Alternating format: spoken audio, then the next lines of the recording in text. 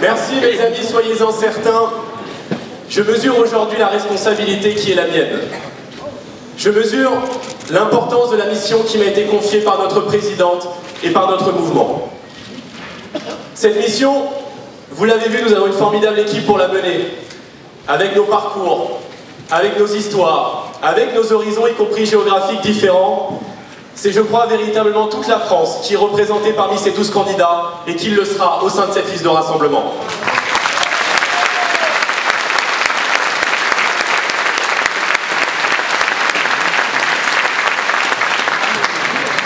Je vous le dis, mes amis, je vous le dis à vous aussi, c'est pour moi un véritable honneur que de prendre ma place dans cette équipe où se mêlent l'expertise et l'expérience, l'enthousiasme et l'espérance.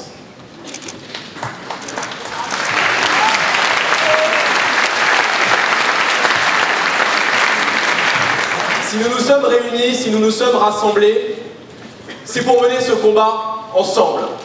C'est parce que nous partageons à la fois de solides convictions. Disons-le simplement, nous sommes tous ici, attachés à la fois à l'identité et à la liberté de la France, mais nous partageons aussi et surtout un immense sentiment d'urgence. Depuis plusieurs semaines, les Français lancent des signaux de détresse, en revêtant un gilet jaune, en le mettant sur le tableau de bord de la voiture, ou simplement en klaxonnant au détour d'un rond-point, ces ronds-points qui sont un peu devenus les nouvelles agoras.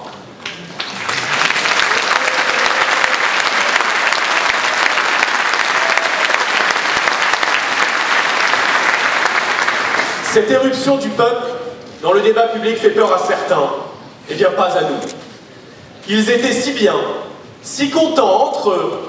Eh bien tout cela, mes amis, c'est fini, car le peuple veut à nouveau pouvoir de décider de son avenir.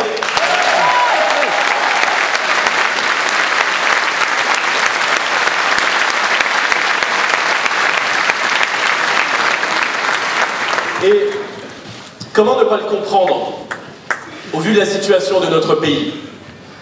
Je peux vous assurer que lorsque vous avez grandi en Seine-Saint-Denis dans le 93, vous êtes exactement au bon endroit pour voir, pour observer, pour sentir, pour vivre, pour subir toutes les dérives du pays.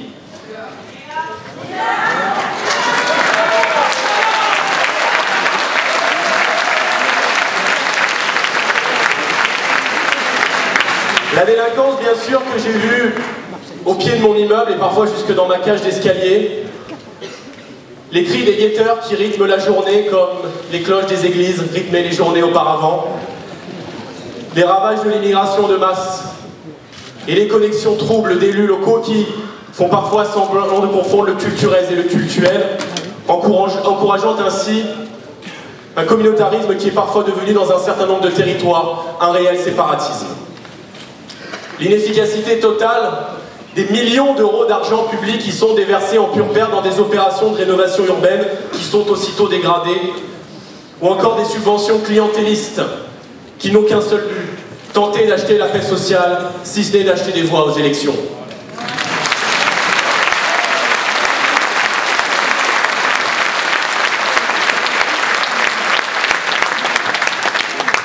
Le terrorisme, enfin, que j'ai vécu chez moi, confiné en 2015 dans mon immeuble, lorsque les forces de l'ordre ont donné l'assaut contre les terroristes du Bataclan à Saint-Denis, dans le quartier où j'ai grandi. Lorsque j'ai dit, il y a quelques jours à la télévision, que j'appartenais à une génération qui pouvait mourir pour une cigarette refusée ou un mauvais regard, les belles âmes s'en sont offusquées. Cachez cette vérité que je ne saurais voir. Pour eux, il ne faut jamais dire la vérité, jamais. Alors, je le redis à toutes ces belles âmes, parce que c'est le monde qu'ils ont construit. Oui, j'appartiens à une génération qui peut mourir pour une cigarette refusée ou un mauvais regard.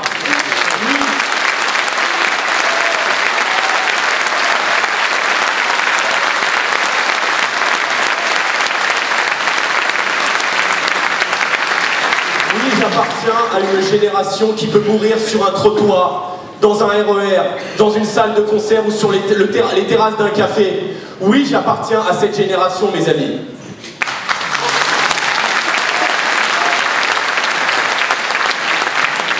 Une génération à qui on voudrait faire accepter l'inacceptable. Comme lorsque Manuel Valls, qui à l'époque ne s'exprimait pas encore en catalan,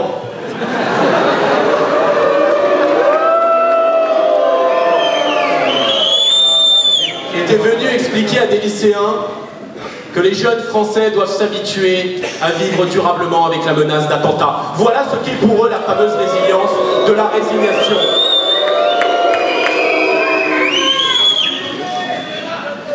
Eh bien non, mes amis. Non, nous ne sommes pas résignés. Non, nous ne voulons pas nous habituer à l'inacceptable.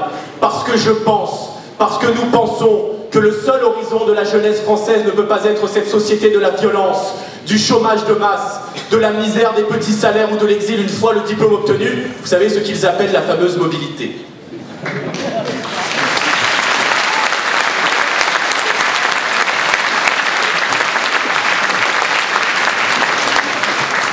Notre jeunesse, cette jeunesse de France à laquelle j'appartiens, elle a envie de lutter, elle a envie de se battre pour son avenir.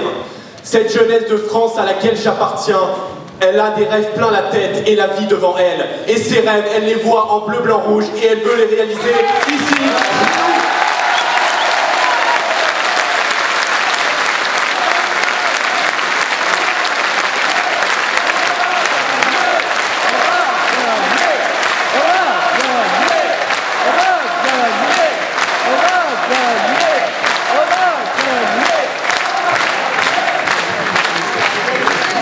J'aime beaucoup cette phrase d'Albert Camus qu'il a déclarée à la réception du prix Nobel de littérature en 1957. Il disait « Chaque génération, sans doute, se croit vouée à refaire le monde.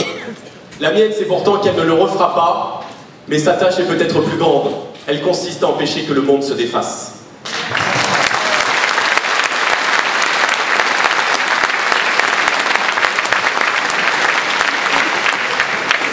Et c'est aussi pour empêcher que notre France se défasse.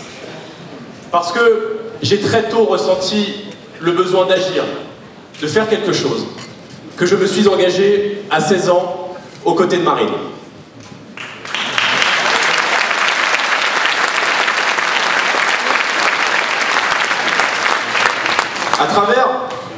À travers les réunions publiques que j'ai pu tenir dans toute la France, à votre rencontre, je me suis rendu compte en fait que ce que j'avais vécu en Seine-Saint-Denis trouvait un écho partout. Dans les campagnes abandonnées où les agriculteurs souffrent, dans les villes livrées à la paupérisation, à l'insécurité, dans les territoires délaissés où tout ferme, les usines, les commerces, les bureaux de poste, les maternités, les gares. Dans cette France, finalement victime de toutes les politiques imposées par Bruxelles, de la casse des services public de proximité à la fameuse concurrence internationale déloyale, en passant bien sûr par la relocalisation des fameux migrants. Ces migrants que M. Macron et la Commission européenne veulent imposer dans nos villes et nos villages contre la vie des Français.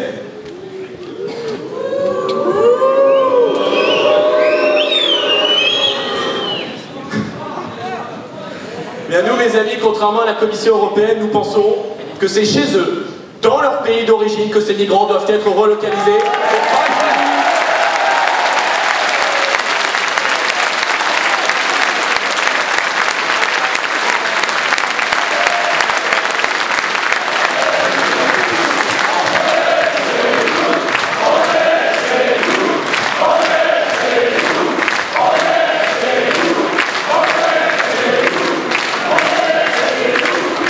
Contrairement à la Commission européenne, nous considérons que les Français doivent être prioritaires chez eux. Parce qu'ils sont chez eux. Au pouvoir. Et nous, contrairement à la Commission européenne et à M. Macron, nous ne dépenserons pas le moindre euro pour accueillir des migrants tant qu'un seul Français dormira dans la rue.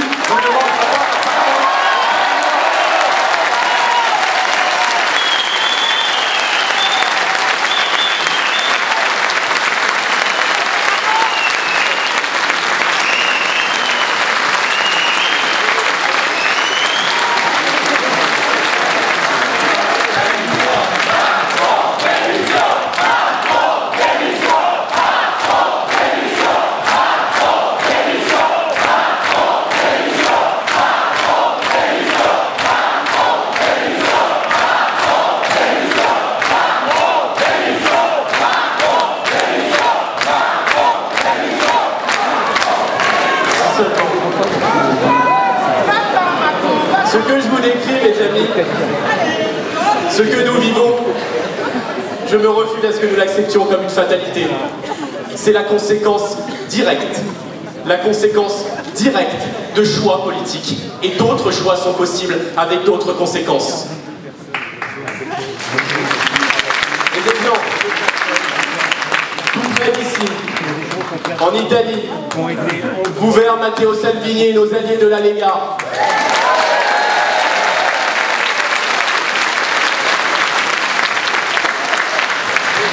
« 95% de débarquement de migrants de moins par rapport à l'année précédente.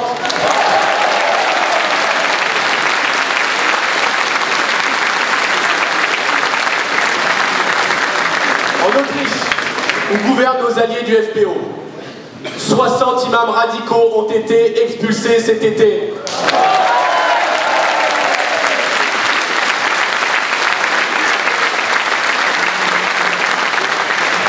En Italie encore, le refus du gouvernement de valider les accords de libre-échange signés par l'Union européenne.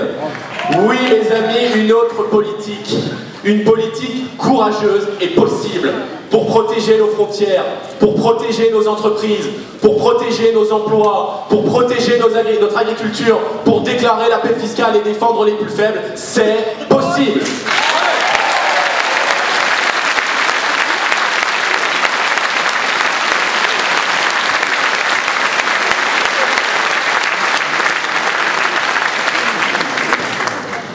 C'est parce que je sais, parce que je vois que c'est possible, que je crois qu'il ne faut pas se dire que c'était mieux avant. S'enfermer dans une sorte de nostalgie qui, certes, nous paralyse, peut paraître agréable, mais je crois qu'il faut au contraire avancer. Avancer en nous disant que ça sera mieux demain. Parce que ce demain meilleur, je crois vraiment qu'il est désormais là, à notre portée. À nous de le saisir.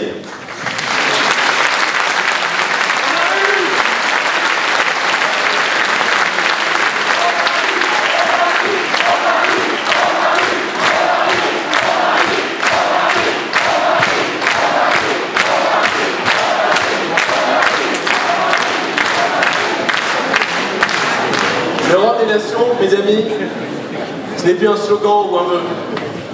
C'est impossible. C'est un avenir. Et c'est l'avenir que nous sommes en train de bâtir.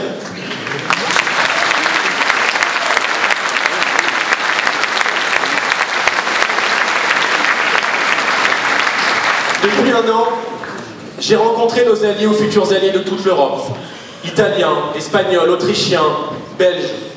Et j'ai vu partout cette même flamme, cette même envie, cette même espérance, ce même sentiment que nous sommes en train de construire quelque chose ensemble, que le moment est venu, que le réveil des peuples a sonné.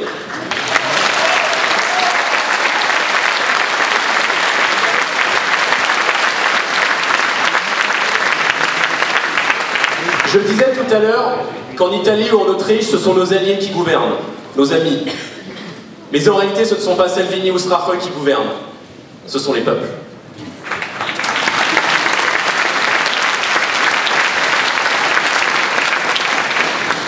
Salvini en Italie ou le FPO en Autriche n'ont fait que rendre leur voix et leur pouvoir au peuple. Je reconnais que vu d'ici, ça fait un peu bizarre. Car nous vivons en France dans une démocratie confisquée, partielle. Le mode de scrutin prive la majorité des Français de représentation et donc d'une expression légitime.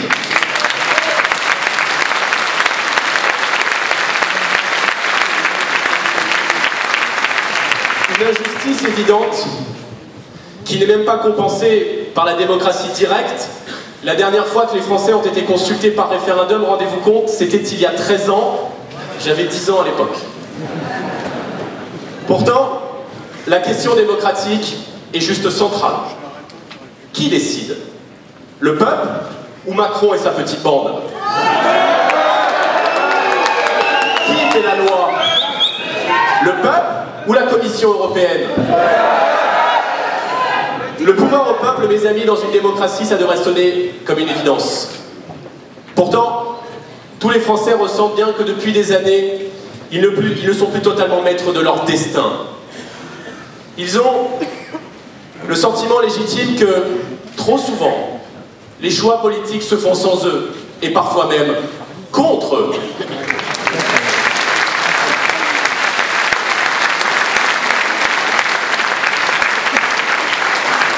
Oui, mes amis, non seulement ils gouvernent sans le peuple, mais en plus, à l'instar de M. Macron, ils gouvernent contre le peuple.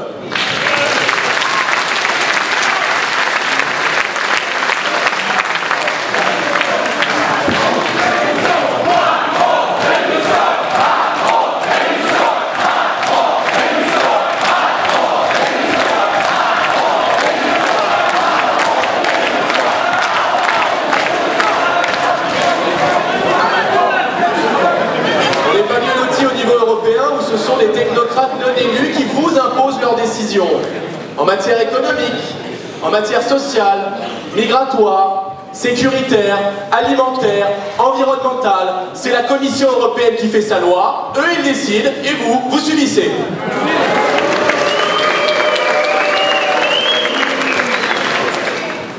Le peuple doit pouvoir décider, mes amis. Vous devez pouvoir décider.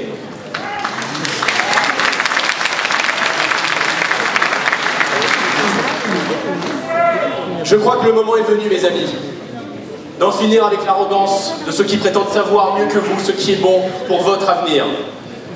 Je crois que le moment est venu d'en finir avec ces commissaires européens que vous n'avez pas élus, que vous ne connaissez même pas et qui régent votre vie. Gagner demain, ce n'est pas une option, c'est une nécessité. Et je le disais tout à l'heure, c'est même une urgence.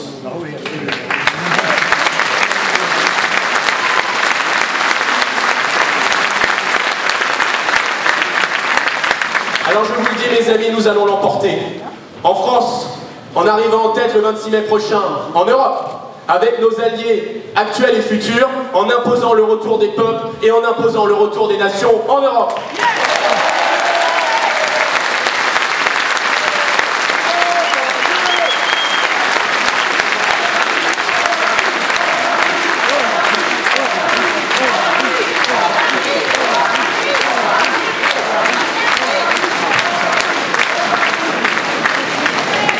Mes amis, nous pouvons l'emporter, mais je n'ai pas dit que ce sera facile. Je vous dis en revanche, parce que je le ressens au fond de mon cœur et au fond de mes tripes, je vous dis que c'est possible.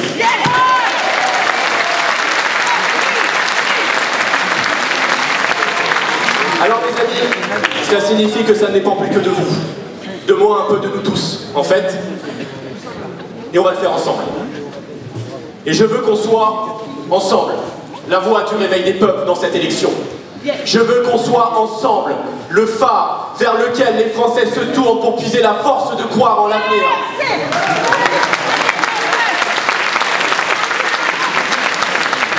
Nous avons, mes amis, 4 mois. Nous avons 4 mois pour faire campagne. Nous avons 4 mois pour transformer la colère en espérance. Nous avons 4 mois pour transformer cette révolte populaire en une révolution du bon sens.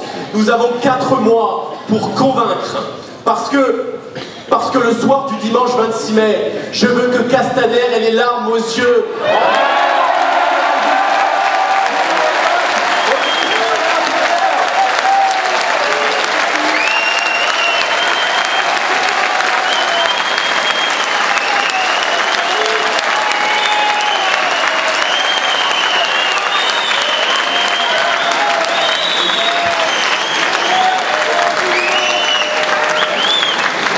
Le soir du dimanche 26 mai, je veux que Griveaux cherche ses mots sur les plateaux.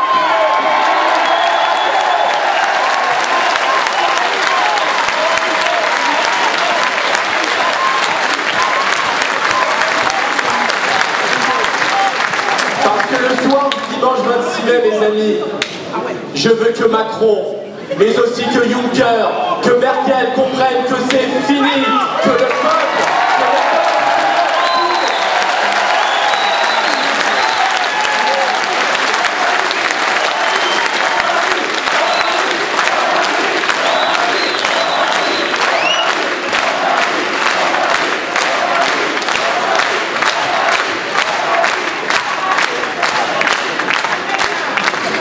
Parce que le soir du dimanche 26 mai, mes amis, je veux qu'on puisse se dire, nous avons fait ce que nous devions faire. Nous avons rempli notre rôle. Nous avons accompli notre devoir de